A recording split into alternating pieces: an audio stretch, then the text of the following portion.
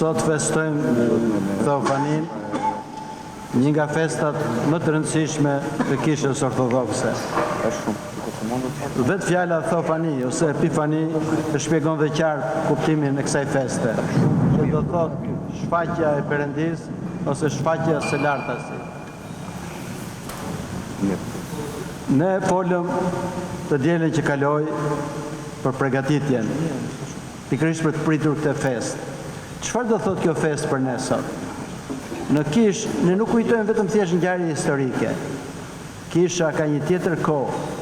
Kemi folur disa herë dhe e themi e përsërisim sepse është shumë e rëndësishme. Koha liturgjike nuk është njësoj si koha kronologjike, që kalojnë sekondat, minutat, orët, javët, vitet me radhë. Koha liturgjike është një kohë për mundësi. Do thotë një kohë që mund të kesh një takim me dimensionin tjetër, me dimensionin hynor. Ashtu si çdo të shpeshherë dhe nartë, një poet frymëzohet, e shkruan diçka, nuk është me një kohë kronologjike, është një kohë që ai merr pjesë në një frymë tjetër. Prandaj dhe koha liturgjike është një kohë e veçantë për gjithë secilin nga ne. E për të hyrë në kohën liturgjike do dhe një përgatitje. Sa më shumë ne përgatitemi shpirtërisht me lutjet, agjërimet, leximet, aq më tepër bëhemi të aftë për të ndjerë praninë e Perëndis në shpirtin tonë. E sa më shumë ne ndjejmë atë, aq më shumë lutemi. E kjo është ajo që quhet ritmi dyfisht, që njëra ndihmon tjetrën. Sot ne përkujtojmë ardhjen e Zotit në Jordan dhe pagëzimin e tij. Kjo është një e rëndësie shumë të madhe për secilin nga ne. Ne sot jo vetëm thjesht që kujtojmë pagëzimin e Zotit, po është një meditim rreth pagëzimit tonë. Pjesa më e madhe që janë këtu, padyshim që janë pagëzuar. Por pagëzimi është fillimi i një udhëtimi. Dhe nëse ne nuk e vazhdojmë udhëtimin, pagëzimi jonë nuk mund të ketë fruta. Që t'japi fruta, duhet vazhdimisht që pagëzimi jonë të rritet akoma dhe më shumë. Zoti erdhi dhe u pagëzua, ndonse nuk kishte nevojë.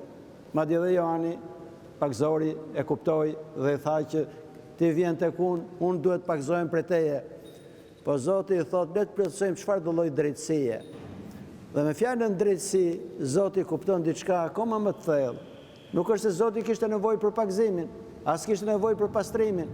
Ai u zhyt në ujërat e Jordanit për të pastruar gjithë ujërat e gjithë botës, që do thotë gjithë dobësitë tona, papastërtitë tona, gjithçka ligësitë tona, Zoti i pastroi në ujërat e lumit Jordan dhe na përgatiti ne për pagëzimin me frymë, sepse pagëzimi i Johanit ishte vetëm me ujë nga jashtë. Pagëzimi i krishtërimit e ka përcen këtë gjë, e plotson. Si thotë dhe Zoti, nuk erdha ta prish ligjin, po për ta plotësoj. E plotson duke na treguar ne që duhet pagëzojmë me frymë, me ujin e gjallë. Kur Zoti flet në Ungjil, sidomos në Ungjillin e Shëndetit, që për çdo që do besoj, ujërat e gjalla do jenë në zemrën e tij, e ka kuptimin për praninë e shpirtit. Dhe në pagëzimin e Zotit kemi shfaqjen e Trinisë. Edhe kjo është diçka prapë e rëndësishme për shumë të krishterë, sepse shumë nuk din të përgjigjen pyetjeve shpeshherë që si ne besojmë në një Zot dhe kjo qenie hyjnore janë 3 persona. Ka shumë tjerë rrotull ndoshta që mund të thonë që krishterët nuk besojnë në një Zot. Krishterët besojnë në një Zot, po Zoti na u shfaq ne në këtë formë, sepse zbulimi i Zotit nuk vjen nga mençuria jonë, ose nga përpjekjet tona. Zoti vetë në u shfaq ne, dhe në u shfaq në 3 persona. Në Atin, që dëgjuam zërin në pagëzimin e Zotit, në Birin, i cili u pagëzua vetë, dhe në Shpirtin e Shenjtë në formë pëllumbi. Dhe qenia hyjnore është një qenie. Nuk ka 2 qenie, 3 qenie. Po një qenie hyjnore ka 3 persona. Atin, Birin dhe Shpirtin e Shenjtë. Padyshim për logjikën tonë dhe arsyen tonë, të mund duken pak të pakuptueshme. Dhe një shenjtar i madh i Kishës, Shën Agustini, ka shkruar shumë rreth Trinisë. Shkrojti dhe megjithatë nuk ishte i kënaqur për se si e shpjegonte mirë. Dhe një herë po shëtiste në breg të detit dhe pa një djalë të vogël që kishte hapur një grop të vogël atje dhe merrte ujë nga grop, nga deti dhe hidhte në grop. Ne më kuptojmë aq sa mund të kapi mendja jonë, por ne besojmë, e duke besuar fillojmë edhe kuptojmë, sepse besimi nuk është që ne fillim njohim dhe pastaj besojmë, e fillojmë me besimin.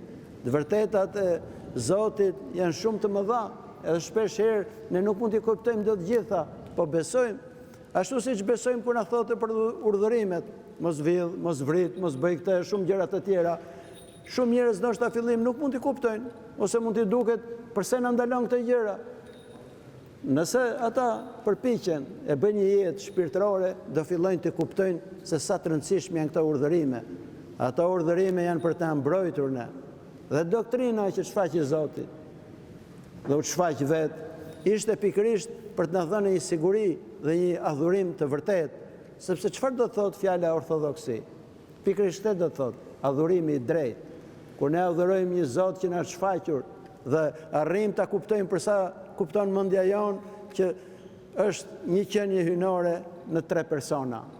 Unë dala pak më gjatë në trinin, sepse kam dëgjuar shpesh herë që ju bëjnë pyetje njerëzve se si mund të jetë një qenie, një perëndi, e në njëjtën kohë tjetër persona. Ky është një mister i madh. E ky mister u zbulua për herë të parë në pagëzimin e Zotit. Por ajo që ne dalemi më shumë në këtë ditë është pikërisht vepra që bëri Krishti. Biri i Perëndisë u bë njeri si njëri nga ne, por jo me fajin tonë. Dhe plotësoi gjithçka që duhet bërë nga njerëzit. Dhe pagëzimi i tij ishte prekja, jo vetëm pagëzimi për të, po ishte prekja i gjithë njerëzimit. Nëse do të lexojmë me kujdes Dhjetën e Vjetër, flitet shpeshherë, sidomos profeti Isaia, ku shpjegon se si do jetë Mesia. Është ai thotë që do marrë gjithë ditëpsit tona, sëmundjet tona e do i shëroj. Në zhytjen e tij në Jordan, dhe zhytja në kuptimin simbolik përfaqësonte vdekjen e njeriu të vjetër. Natyrës sonë të shtrembruar dhe ngritja nga ujit simbolizon ngjalljen, ngritjen përsëri. Dhe çdo pagëzim i secilit nga ne përsërit po të njëjtin gjë. Por pagëzimi duhet ushqehet vazhdimisht, sepse nëse ne nuk e ushqejmë, dal nga dal fillon dhe thahet. Dëgjohet troparin kur këndohet, sa u pagëzuat me Krishtin u veshët. Do thot për sa u pagëzuam me Krishtin, se mund të pagëzohemi dhe se kemi mendjen, si jemi pagëzuar me Krishtin. Nëse ne nuk pagëzohemi në kuptimin më thellë të fjalës, që do thot si është pagëzimi i vërtet, vdekja dhe ngjallja, tregon pikërisht këtë gjë. Çfarë do thot vdekja në kuptimin simbolik të saj? Do thot vdekja e gjithë pasioneve shkatërrimtare, vdekja e çdo likësie, pastrimi çdo gjë e papastër që ndodhet tek ne, dhe zhytja në ujë pikërisht këtë gjë është. Prandaj dhe Kisha Ortodokse e ruan vazhdimisht pagëzimin me zhytje në ujë për të treguar simbolizmin e kësaj. Nuk mjafton vetëm spërkatja. Ka ndodhur shpeshherë ndoshta për arsye jo që varen nga njerëzit që mund të jenë bërë pagëzime të tilla, por pagëzimi i vërtetë është gjithmonë me zhytje që simbolizon vdekjen e njeriu të vjetër tek ne, e njeriu të deformuar, dhe ngritja nga ujit, ngjallja dhe drejtësimi i këtij njeriu. Ne duhet ta rigjallërojmë vazhdimisht pagëzimin tonë, sepse njerëzit mbas pagëzimit ndoshta nuk e mbajnë gjithë të pastër rrobën e saj. Prandaj dhe Kisha në urtësinë e saj ka misterin e rrëfimit, siç e kanë quajtur shpeshherë pendimin e madh, që është pagëzimi me lot. Shumë njerëz edhe mbas pagëzimit ndoshta kanë mëkatuar, por rrëfimi është përsëri një lloj pastrimi tjetër, një pagëzim nëpërmjet lotësh dhe pendimit. Dhe pendimi është shumë i rëndësishëm për të kuptuar pagëzimin, sepse pa një pendim para, ne nuk mund ta kuptojmë as pagëzimin. Se çfarë sjell pendimi në shpirtin tonë? Pendimi sjell për ulësinë. Një mendje krenare nuk mund të kuptojë dot gjë. E një mendje krenare nuk e pranon thellë Zotin në jetën e tij. Prandaj pendimi na ndihmon ne që të bëhemi të përulur. E duke qenë të përulur vjen hiri i Perëndisë. E nëse është hiri, gjithçka mund të realizohet tek njeriu. Prandaj pagëzimi i krishterë është një pagëzim për të pastrimin e trupit dhe të shpirtit, sepse Kisha kështu e shikon njeriu, trup dhe shpirt së bashku.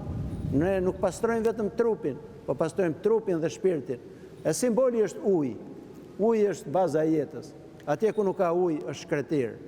Dhe Kur nuk ka një besim të thellë në shpirtin e njeriu, shpirti i tij kthehet në një shkretir. Prandaj dhe uji simbolizon pikërisht këtë gjë, jetën. Dhe Zoti madje dhe hirin e Shpirtit të Shenjtë e krahason me ujërat e gjalla që do burojnë në zemrat tona. Prandaj dhe uji është kaq i rëndësishëm dhe bekimi i ujit që bëhet sot është një bekim i rëndësishëm për të kuptuar gjithë secilin nga ne. Njerëzit e marrin ujin dhe me të spërkasin veten dhe spërkasin dhe shtëpitë, sepse nëse do jetë hiri i Perëndis, ai ka fuqi për të larguar çdo gjë të keqe. Por misteret e krishterë nuk janë magji. Nuk do thotë mund ta marrësh ujin, por nëse nuk e pastruar zemrën, nuk do ketë asnjë efekt tek ty.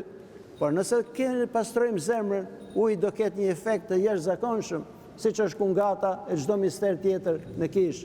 Prandaj dhe kisha përpiqet ta shpjegojë misterin e pakëzimit e të gjithë misteret e tjera që bëhen në kish, sepse vetëm duke kuptuar çfarë është theofania, atëherë ne mund ta kuptojmë dhe shërbesën shpëtimtare të Zotit. E duke kuptuar se nga çfarë na ka shpëtuar Zoti, duam akoma më shumë Perëndin. E ata që duan Perëndin, i duan edhe njerëzit. Ndërsa ata që s'duan Perëndin, asnjëherë nuk i duan. Po ne nuk mund ta duam Perëndin nëse nuk e kuptojmë nga çfarë na ka shpëtuar. Pakëzimi i Zotit në Jordan është një nga ngjarjet më të rëndësishme të historisë njerëzimit, sepse Zoti në Jordan pastroi gjithë dobësitë tona, papastërtitë tona, e gjithçka tjetër të keqe që ndodhen në natyrën njerëzore dhe hapi rrugën për gjithë secilit nga ne që përmjet pakëzimit personal të mbushemi me hirin e Shpirtit të Shenjtë. Le të përpiqemi e le ta kuptojmë misterin e pakëzimit, e le ta mbajmë gjallë vazhdimisht dhe arrijallërojmë. A nëse në dikush për një arsye për një tjetër e bën pis rrobën e pakëzimit, Perëndia ka krijuar përsëri një mister në kish e të rrëfimit, të pendimit dhe të rrëfimit, sepse s'ka njeri që të rrojë e mos mbjerë në mëkat, thot Shkrimi i Shenjtë. Për sa kohë mendojmë që jemi drejt, atëherë kemi gabuar. Krenarët mendojnë se janë drejt, të përulurit e shohin veten si fajtor. Gjithë shenjtorët e mëdhej e akuzonin veten e tyre si mëkatar, ndërsa mëkatarët e mëdhej vazhdimisht përpiqen të paraqiten në botë sikur janë të drejtë, sepse janë krenar, sepse nuk kanë pendim e nuk kanë përulësi. Pakëzimi i Zotit na mëson pikërisht këto gjëra. Zoti duke qenë Zoti përsëri u përul, u bë si një njeri dhe madje zbatoi gjithçka që bëheshin në ligjin për njerëzit, sepse Zoti erdhi si i përulur. E janë tek unë, thot në Injill, sepse unë jam i unjët dhe i përulur. Sa më shumë jemi, aq më shumë largohemi nga Zoti. Aq më shumë afrohemi tek Zoti dhe Zoti afrohet tek ne. Prandaj dhe festa e sotme është dhe festë gëzimi, po është dhe festë reflektimi dhe pendimi, që për gjithçka që nga Zoti le të mundohemi të kthehemi përsëri.